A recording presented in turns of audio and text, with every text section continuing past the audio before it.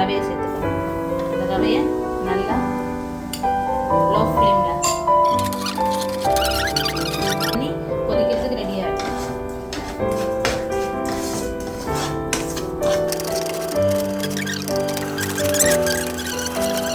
தண்ணி கொதிச்சிருச்சு.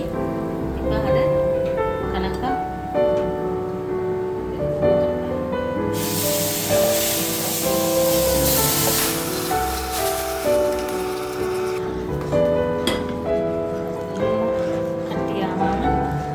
ஒரு 10 நிமிஷத்துக்கு நல்லா கிளறிக்கிட்டே இருக்கணும்.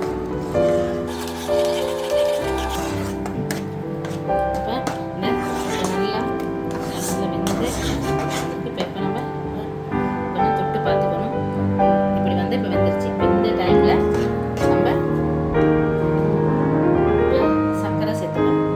ஏன்னா ஒன்றுக்கு ஒன்று நான் எடுத்த அந்த மெக்ஸ்மெண்ட் இருக்குல்ல, அந்த 1 கப்பு ரவைக்கு 2 கப்பு சீனி.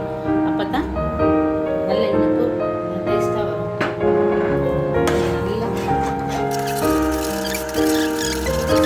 ஏலக்காய் பொடியை அதில் லைட்டாக தூவிக்கணும்.